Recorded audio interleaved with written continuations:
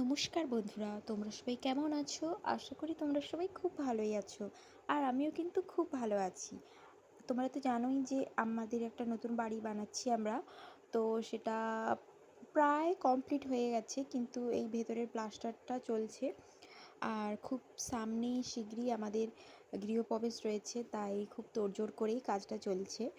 আর যেহেতু আমাদের প্লাস্টার আর টাইলসের কাজটা একসাথে চলছে, তাই এই ওয়াটার পিউরিংটা ভালোভাবে হচ্ছে না। তো আমি তাই আজকে বিকেলবেলা চলে এসেছি এখানে জল দেওয়ার জন্য।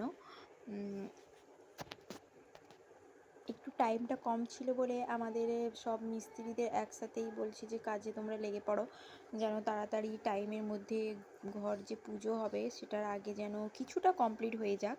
পুরোটা তো কমপ্লিট করতে পারবো না। এই রুমগুলোই টাইলস বসে গেছে, আর বাথরুম কিচেন প্রায় অলমোস্ট হয়েই গেছে, শুধু এই সামনেরটাই বাকি আছে। তো ঠিক আছে বন্ধুরা, দেখা হবে পরের কোনো ভিডিওতে।